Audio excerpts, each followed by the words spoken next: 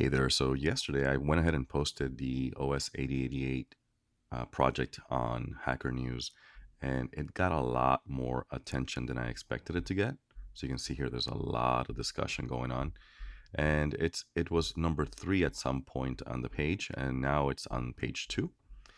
And in it, there's a lot of uh, comments about the use of AI, but most of it's a mixture of things. A lot of negativity, a lot of trolling, but there's also a lot of great feedback and a lot of good ideas, which I will take and make some changes. Not as many as ideas as I would have liked to see. A lot of it was focused on this whole like thing about using and not using AI and how I should use my assembly skills to do it all by hand and etc. But of course, I have a life, and even though I know assembly, I know VHDL, I know all the high level languages like C++, Java, TypeScript, you name it. Um, I've been working with computers for the last 30 years of my life, 40 years, 30 years, let's say. Um, so I've tried a lot of things, and what I like about using AI is that it accelerates everything. And I there is definitely a group of people that find joy in digging into the weeds. But for me, I wanted to spend a few days building something fun to see if it was even possible and get the satisfaction of playing with it without having to go through 6 months of work because I honestly don't have the time to do that. And if you do have that time, then that means that maybe you can do that yourself and and we can compare results.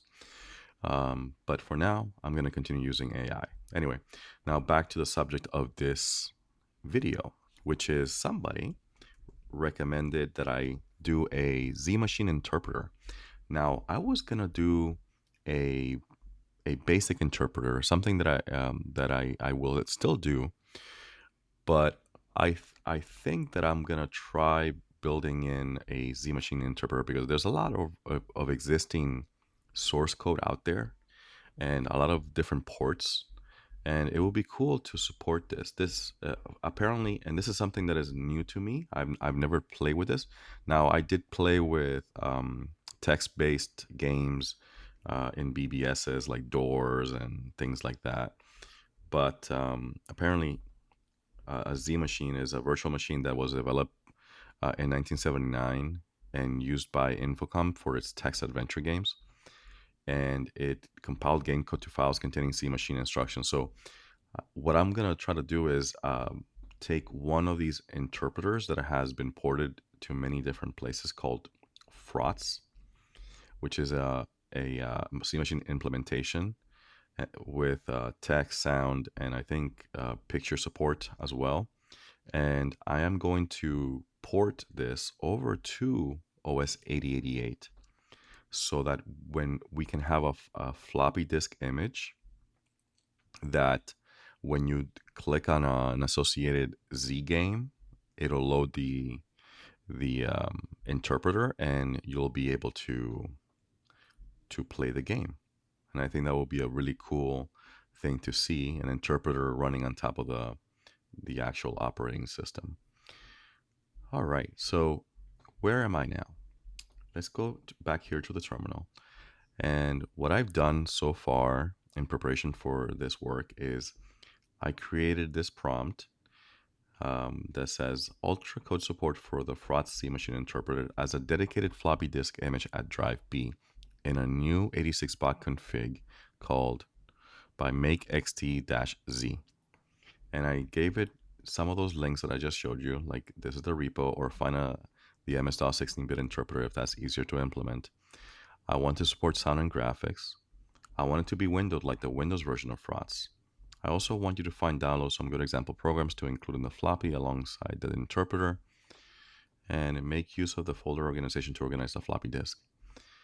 And then I used some of the feedback from, or some of the search results from Google here of some of the games that I would like to consider trying.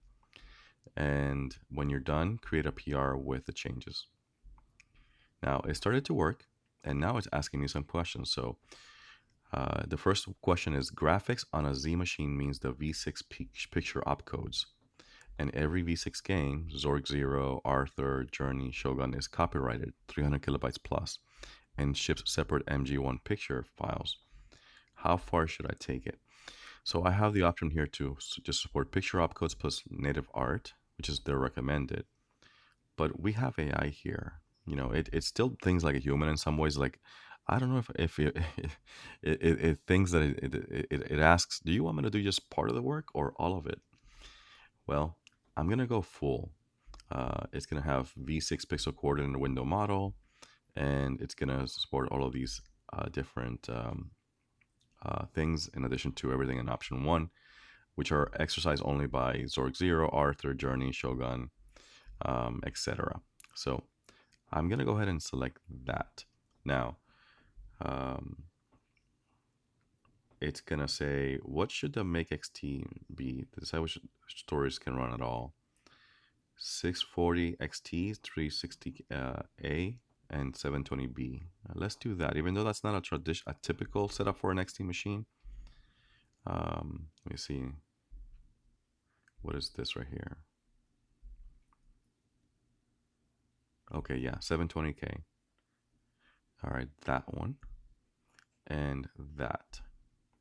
I also want you to set up a 280 make 286Z machine.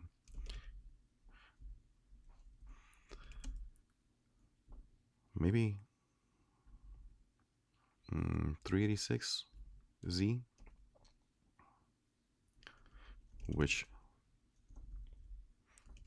has sound support and two 1.44 megabyte floppy disks. This is a bit more realistic of a target in the real world. It's more likely that I'll be able to get two 1.44 megabyte floppy disks on a 386 or a 286 than having it work on than getting a 720k disk running on the XT. Although I do now have a floppy emu, and that may just take care of everything for me anyway on the XT machine, but it's good to have more configs available here. So I'm going to do that in there. Now, what I'm going to do now is wait for this to work. So it already did some scouting before, and now it's going to synthesize the work. And we'll wait here for the results, and then I'll continue the video. All right, so it's been 2 hours and 32 minutes. And according to this, it went ahead and created the Z Machine interpreter in 8086 assembly, which is 13,000 lines across 10 modules and 23 kilobytes assembled against a 60 kilobyte package ceiling, plus its own store floppy and two 86 box machines. All right, so what I'm gonna do now is I'm gonna run the 386Z, and let's see here. 3 things I should know. 1 defect is still open. A real story halts a command or 2 into play. The cause is design decision of mine that was wrong. I kept the program counter in this because it makes an instruction fetch a load DS, but ES is precisely the register the OS doesn't preserve. Okay, I found and fixed 4 instances and none was the last one, which is the signature of the wrong invariant rather than a bug. Rather than keep patching, I landed a structural mitigation, wrote the real fix down. Okay. It retimes the fetch. Okay. Anchorhead isn't on the disk. It needs 565 kilobyte resident. What is Anchorhead? I gotta ask.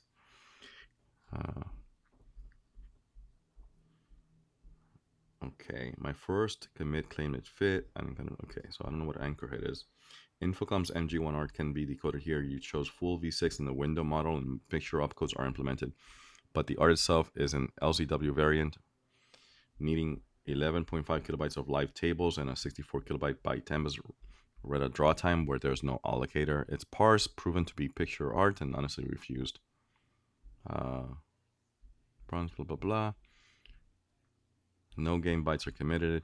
Fetch 15 freely released stories against pin hashes, and the Infocom titles you listed that are still activations are represented in Mini Zork 1. Okay. All right. So let's run this. All right, make 386Z should get us a machine that I can test with.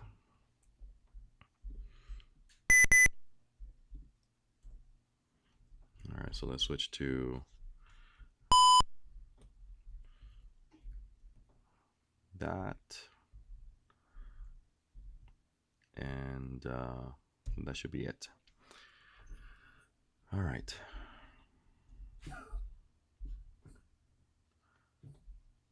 All right, so we're booted. And now if I go to drive B, I see Frotz. And I see some saves, art, catalog. What is catalog.test? Oh, the notepad is in the other floppy.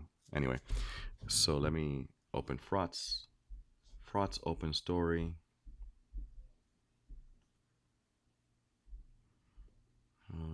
Infocom. Mini Zork.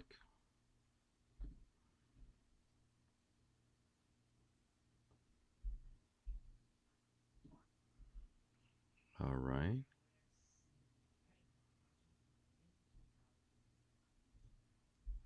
Why is it not? I don't see anything happening.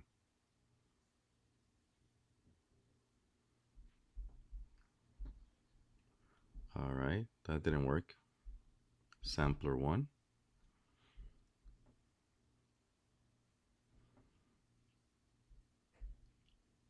Okay, that didn't work either. And ZTU story is too large for this machine. Is that true? Oh, wow. All right, so this didn't work out the way I expected it to work out. So,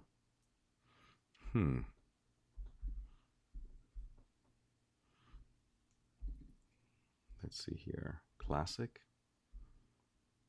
Advent. Let me see.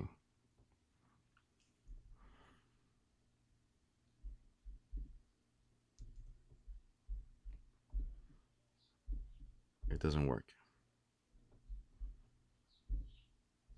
All right, let me try this. Let me try again. File, open story, classic, Advent 5.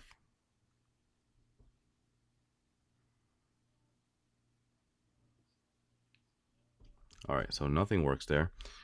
Okay, let me just go here.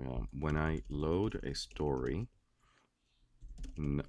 it loads, but nothing is shown in the interface. All right, so let's let this look at it and see if it can fix it. All right, so we've made some progress. I went ahead and asked it to fix some issues where we were not seeing a story show up at all. But now, if I go here to the machine and start the Z machine, Frotz, the Z machine interpreter, then I can go here and open a story.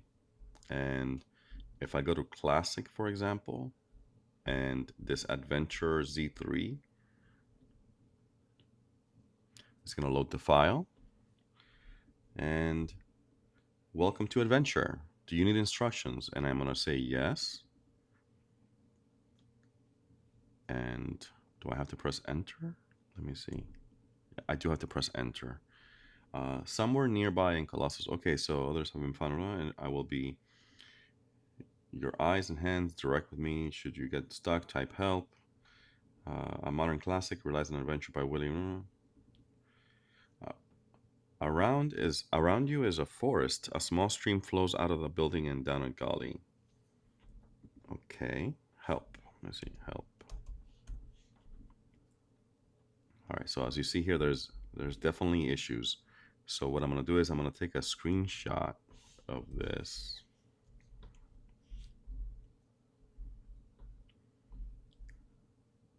And I'm gonna capture that, and then I'm gonna see where did it. I'm gonna go to clear. And why is there not? I think I'm gonna save it to. All right, let me see here. Options, documents, and then I'm gonna drop that here, and then we are getting errors, invalid opcodes.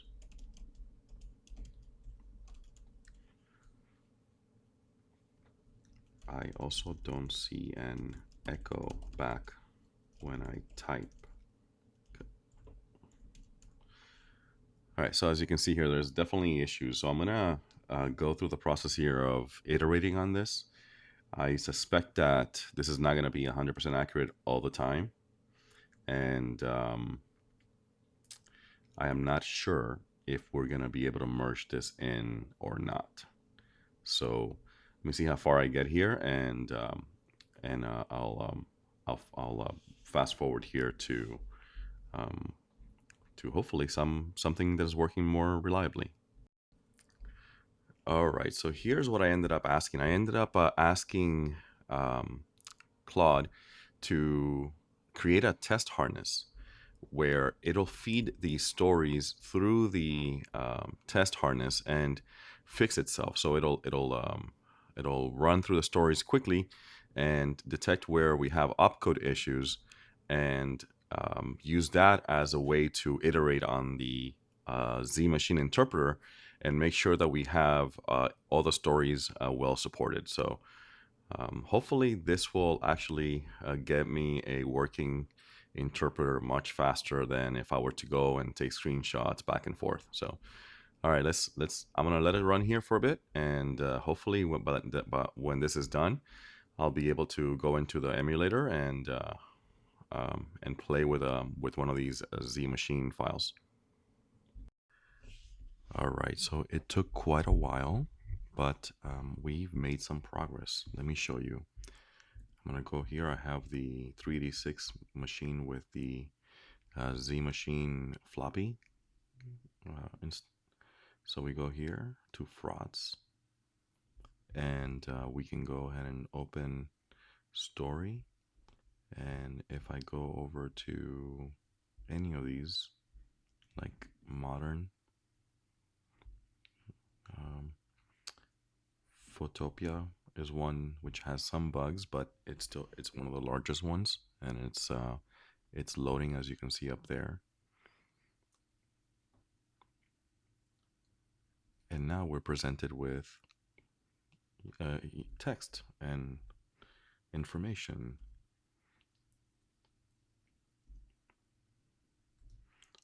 But it looks like we have some bugs with the photo part of it.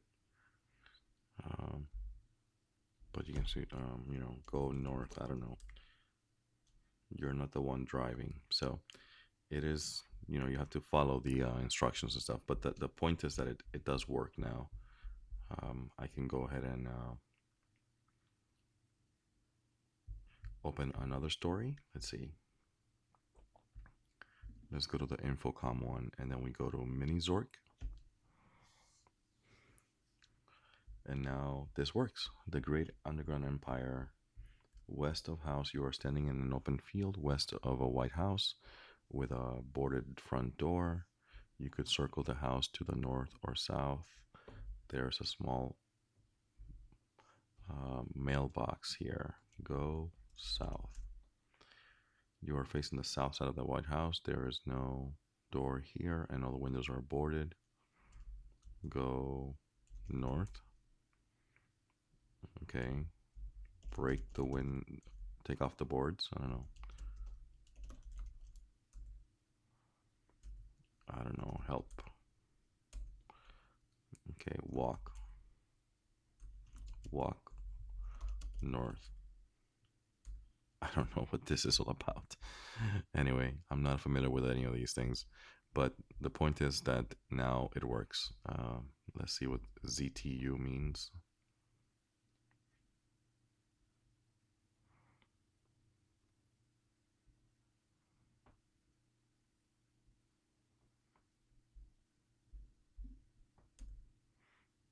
All right, so that one doesn't work. So we'll still need to fix some stuff, but we made some progress, and I think that's gonna be the end of this video. I'm gonna check this in and continue, and we can continue iterating on it. But it's nice to have something like this available because some people are big fans of these type of games.